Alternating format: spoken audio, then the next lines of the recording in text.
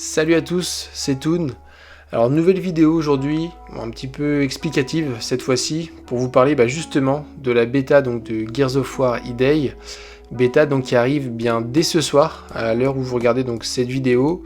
Et donc dès 21h heure française, vous pourrez tester donc, le prochain Gears of War E-Day.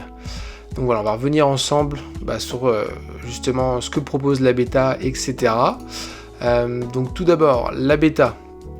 Il y aura deux phases, la première donc du 6 août au 10 août, donc jeudi au lundi, 19h je crois de mémoire, pour ceux donc, qui ont précommandé le jeu, et une seconde session pour tous les joueurs qui sera ouverte, du jeudi donc 13 août au lundi 17 août.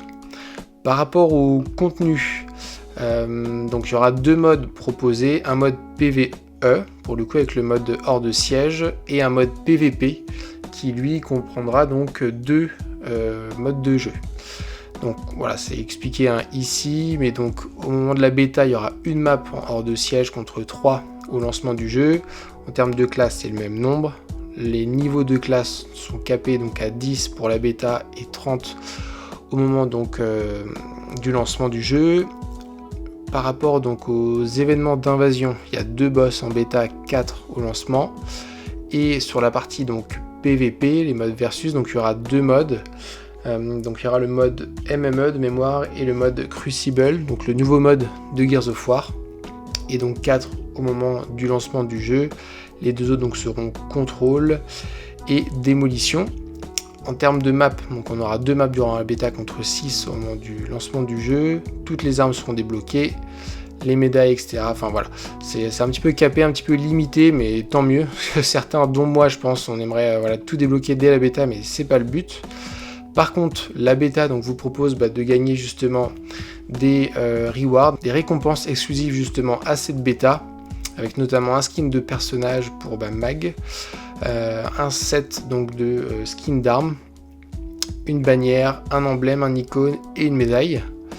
Donc voilà, concernant les modalités pour débloquer ces éléments, ils sont marqués juste là.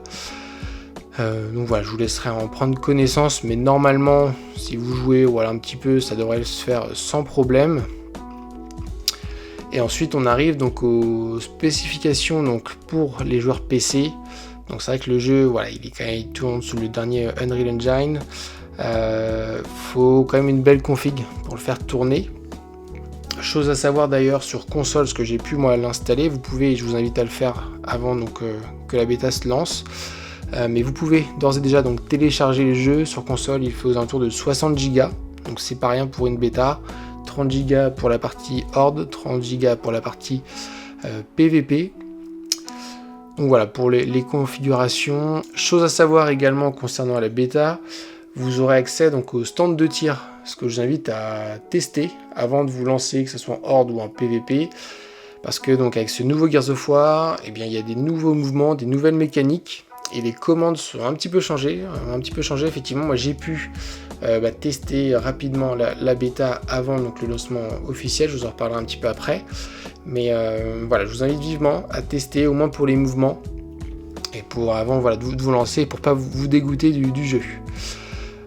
Autre chose également, qui a fait pas mal de débat sur la communauté, en tout cas au travers de la communauté Gears of War, c'est que initialement cette bêta était prévue exclusivement PvE et la deuxième session aurait ajouté donc le PvP.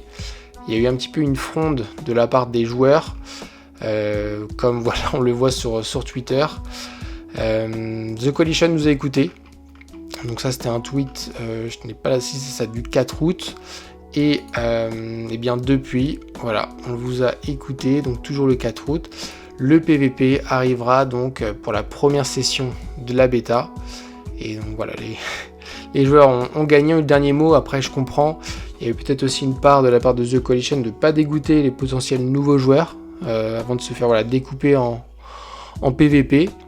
Mais qui dit bêta multijoueur dit forcément PvP. Enfin, à titre personnel, je m'attendais quand même à jouer en PvP, même si le mode hors de siège me tente beaucoup.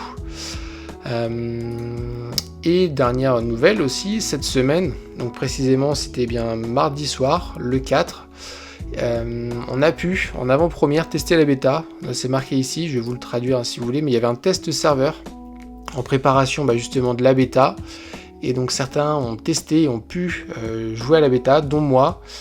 Bon, c'était assez rapide parce que sur le coup je pensais que c'était un bug, j'avais peur de me faire kick ou ban, donc j'ai rapidement essayé le mode justement entraînement, en tout cas le camp d'entraînement, et certains eux ont pu jouer en horde et en PVP.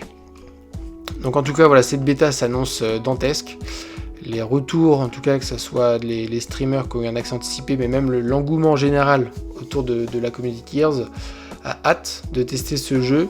Moi aussi, donc je vais vous faire pas mal de vidéos. N'hésitez pas, si vous avez des questions, à les mettre en commentaire. N'hésitez pas également à rejoindre le Discord GearsFR. Là, la communauté grandit, c'est cool. On est de plus en plus de joueurs actifs, en tout cas sur ce Discord.